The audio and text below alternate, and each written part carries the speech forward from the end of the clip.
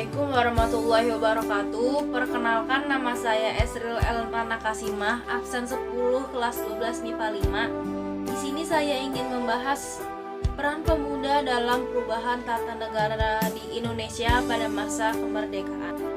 Sejarah bangsa Indonesia memang tidak lepas dari sejarah pemuda.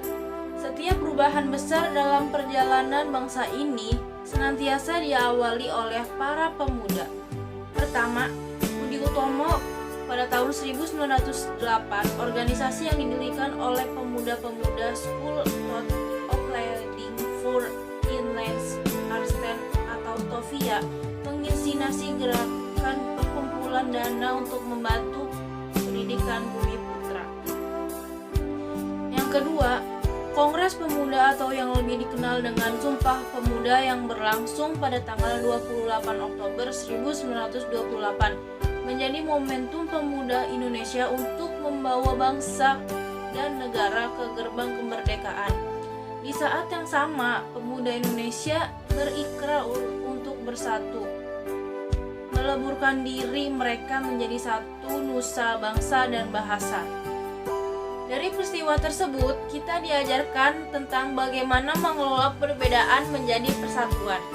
Yang ketiga, kemerdekaan Republik Indonesia pada tanggal 17 Agustus 1945. Kemerdekaan Indonesia tidak bisa dilepaskan dari peran pemuda yang pada saat itu dan juga masa lalu.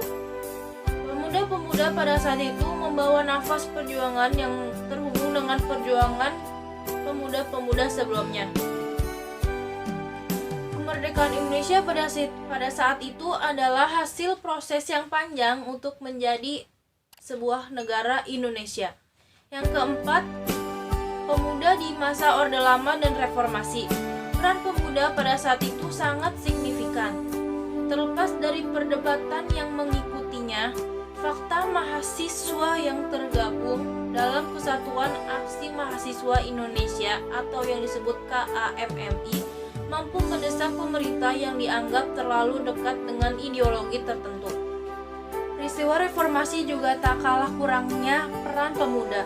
Ratusan ribu mahasiswa Indonesia dari berbagai kampus turun ke jalan dan menduduki gedung DPR RI. Orde Baru menjadi momok yang harus ditumbangkan karena kekuasaannya begitu mencengkram. Ditambah lagi buruknya kondisi ekonomi nasional menjadi landasan yang kuat untuk meminta pemerintah mundur.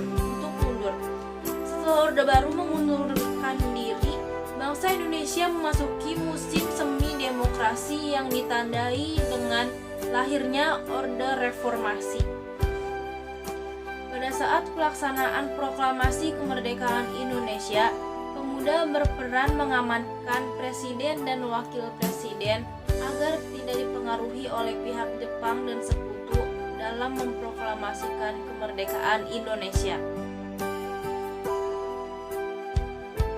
Selain itu, ada peristiwa Rengas Dengklok yang terjadi karena adanya perbedaan pendapat antara golongan tua dan golongan muda.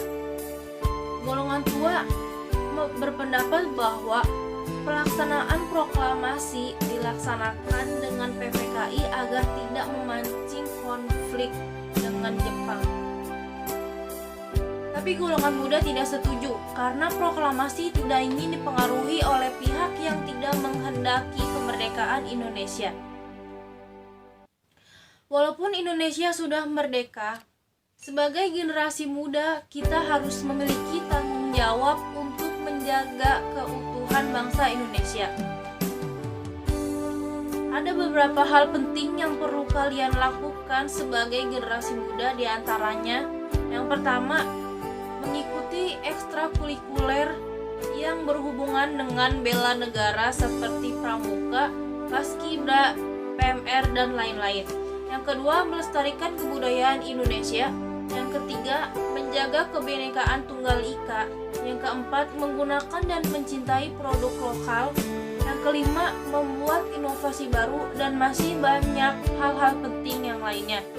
Cukup sekian pembahasan dari saya tentang peran pemuda pada masa kemerdekaan yang dapat saya sampaikan. Kurang lebihnya mohon maaf. Wassalamualaikum warahmatullahi wabarakatuh.